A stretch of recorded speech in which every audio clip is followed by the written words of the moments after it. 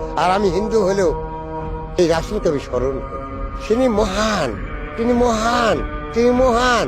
তিনিই পারেন এই বিশ্ব ব্রহ্মাণ্ডে আলোকটা।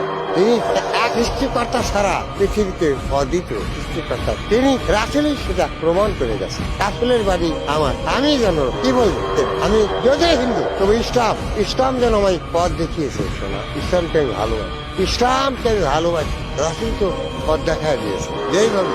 বাহ, তাই আমি সুখী, আমি অনেক সুখী। রাসূলই মহান, এই বিশ্ব ব্রহ্মাণ্ডের মহান সেটা হচ্ছে রাসূল, মহানবী। তিনি হযরত মুহাম্মদ সাল্লাল্লাহু আলাইহি ওয়াসাল্লাম। যতই হিন্দু হয়েছে না, ইসলামকে আমি ভক্তি করি। আরেকটা ইসলামী সঙ্গীত আমরা কি শুনতে পারি আপনার? নবী মোর সোনার খনি, নবী নাম জপে যে জন, সেই তো যোদাহানের ধ্বনি।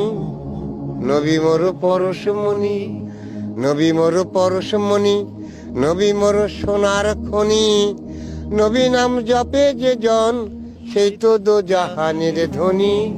নবী মোর পরশমণি, সেই নামে সুর ধরিয়া পাখি যায় গান করিয়া, সেই নামে সুর ধরিয়া পাখি যায় গান করিয়া।